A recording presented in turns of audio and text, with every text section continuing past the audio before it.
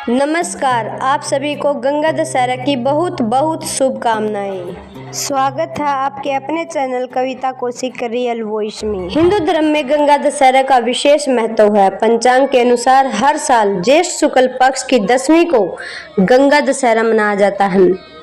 इस दिन पृथ्वी पर मां गंगा का अवतरण हुआ था, इसलिए इस शुभ अवसर पर मां गंगा की पूजा और पवित्र नदी में स्नान करने का विशेष महत्व है।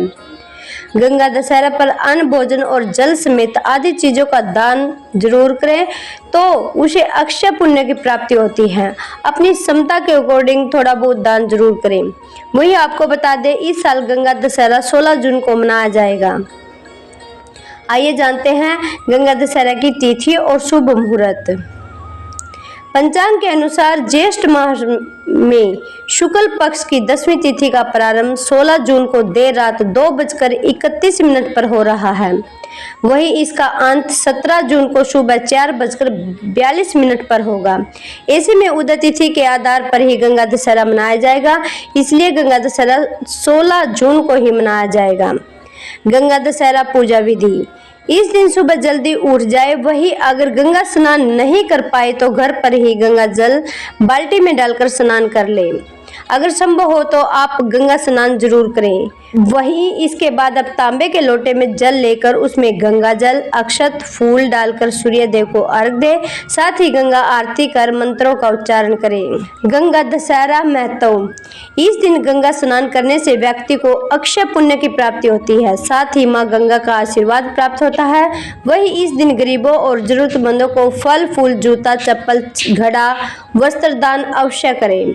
वही इस दिन सूर्य को अर्घ देने से व्यक्ति को आरोग्य की प्राप्ति होती है। साथ ही इस दिन गंगा स्नान करने से सभी तरह के पाप, रोग, दोष और विपत्तियों से मुक्ति मिल जाती है और मोक्ष की प्राप्ति होती है। हर हर गंगे, हर हर शंभू। दोस्तों, यदि आप कहीं गंगा दशहरा या कहीं तीर्थ स्थल पे नहीं जा सकते तो आप अपने घर पर भी गंगा का आह्वान कर सकते हैं। उसके लिए हम सबसे पहले चौकी सजा लेंगे। चौकी में लाल पीला कपड़ा बिछा लेंगे और अपने कलश स्थापित करें। प्रतिमा, शिव परिवार, गंगा मैया की प्रतिमा स्थापित करें और उस पर गंगा जल का छिड़काव कर दें। ये पूजा हम परिवार के सभी सदस्यों को सुबह या शाम जरूर करनी चाहिए। इस दिन शिव जी का अभिषेक जरूर करें, क्योंकि शिव जी ने ही अपनी जटाओं में गंगा को समाहित किया था, संभाला था। उसके बाद मनुष्य के कल्याण के लिए जो गंगा मैया धरती पर आई थी। ये देखो, शिव जी का अभिषेक करने के बाद मैंने पंचामृत से शिव जी का जलाभिषेक किया है और शिव जी को एक तरफ स्थापित किया है। उसके बाद हम अपनी गंगा मैया को आह्वान करते हैं। हम छोटी सी गंगा मैया अपने घर पर ही ये स्थापित करेंगे, उसका आह्वान करेंगे। सबसे पहले प्रांत लेंगे या कोई भी आप शुद्ध बर्तन, बड़ा बर्तन ले सकते हैं। उसमें स्वास्तिक बनाइए, गंगा जल डालिए और उसके बाद सादा सिंपल जल उसमें भर दीजिए। हम छोटी सी गंगा मैया का आह्वान इसमें अपने घर पर ही करेंगे, अगर हम जो विशेष तीर्थ स्थल पर ना जा सकते हैं तो। चारों ओर देखो, हल्दी या चंदन का तिलक लगाएंगे और रोली का तिलक लगाएंगे। उसके बाद दीप प्रज्वलित करेंगे। धूप, दीप प्रज्वलित, आप जो भी आपके पास सामग्री है उसी से आप सच्चे मन से गंगा मैया का आह्वान करें। सभी प्रतिमाओं पर आप तिलक करें, उनको जो इत्र लगाए अच्छे से।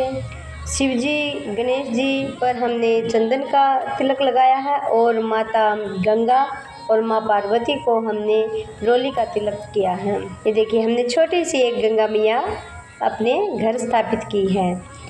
उसके बाद कनेर का फूल और दुर्वा अर्पित करेंगे शिव परिवार को, और समी के पत्तर, बेलपत्तर, सफ़ेद आखा के पत्ते और फूल भी अर्पित जरूर करें। कनेर का फूल शिव को बहुत ही प्रिय है, इसको भी जरूर अर्पित करें। ये देखो, जो आंकड़े का पौधा है, यहाँ सफ़ेद आंकड़ा सबसे अच्छा शुभ माना गया है। अब ये भी चढ़ा सकते हैं। हमारे भोले भंडारी तो बड़े भोले हैं, आप जो चढ़ाओगे वो स्वीकार करेंगे। श्रद्धा भक्ति से बेलपत्र अर्पित करेंगे। ध्यान रखिए, चिकनी सतह बेलपत्र शिवलिंग की तरफ होनी चाहिए। इस तरह हमने शिव परिवार की पूरी श्रद्धा भाव से पूजा करनी चाहिए। ये देखिए हमने फूल माला भी शिव परिवार को अर्पित की है। जो भी हमारे पास पूजन सामग्री है उससे हम अच्छे से अपनी पूजा विधि कर सकते हैं। वस्त्र के रूप में हमने कलावा अर्पित किया है। इस दिन 10 चीज़ों का विशेष महत्व है। 10 तिथि मतलब 10 चीज़ों का हमने दान करना चाहिए।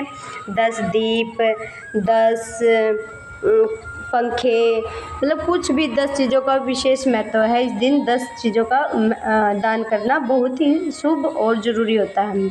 अब श्रद्धा समान कुछ भी कर सकते हैं। ये देखिए हमने इत्र अर्पित किया है और उसके बाद हमने धूप प्रज्वलित की है।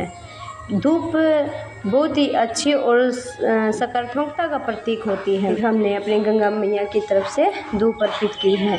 ये पूजा हम गंगा दशहरा के दिन परिवार के सभी लोगों को मिलकर करनी चाहिए। बहुत ही गंगा दशहरा का बहुत बड़ा महत्व होता है।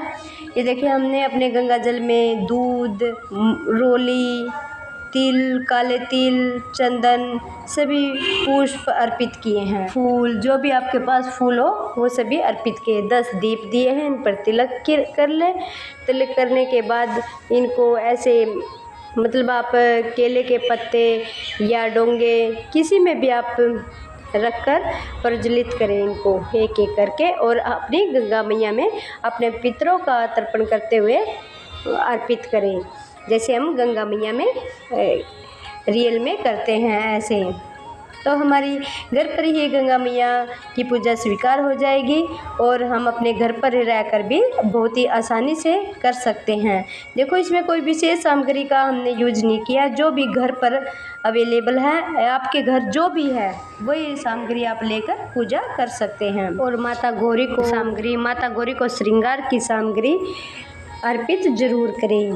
केले ले, जो भी मौसम के अकॉर्डिंग केले हैं, बस 10 की संख्या जरूर करें, क्योंकि इस दिन 10 चीज़ों का दान करना बहुत ही ज़रूरी और शुभ माना गया है। आप इस दिन सत्तू, मीठा शरबत, पंखा, घड़े, मिट्टी का घड़े का दान भी कर सकते हैं। मिट्टी के घड़े का दान करना बहुत ही शुभ होता है। इस दिन तरबूज, खरबूजे और दक्षिणा का विशेष महत्व होता है। दक्षिणा का भी विशेष महत्व होता है। उसके बाद गंगा मैया की आरती करें। ओम नमः शिवाय, श्री शिवाय नमस्तुभ्यं का जाप करते जाएं। ऐसे ही हमारे घर में बहुत ही अच्छे से गंगा मैया की पूजा हो जाएगी। हमें पितरों के रूप में पितरों को तर्पण करते हुए काले तिल का जरूर गंगा मैया में अर्पित करें, क्योंकि भगीरथ ने मनुष्य के कल्याण और पापों के मुक्ति के लिए ही धरती पर गंगा मैया को अवतरित किया था। इस दिन आप शिव स्तोत्र, शिव चालीसा का पाठ भी जरूर कर सकते हैं। पूजा संपन्न होने के बाद हमें क्षमा याचना या भूल चूक की क्षमा जरूर मांगनी चाहिए। हे भगवान, हे प्रभु, यदि हमें जाने अनजाने में कुछ भी गलती हो गई है तो हमें माफ़ करना। इस प्रकार से आपकी घर पर पूजा सफल हो जाएगी। आज की वीडियो में बस इतना ही। कल फिर लेकर आएंगे कैसी ही वीडियो। तब तक के लिए नमस्कार। और कल हम इसकी कथा लेकर आएंगे, इसलिए आप कथा का जरूर स्मरण करें।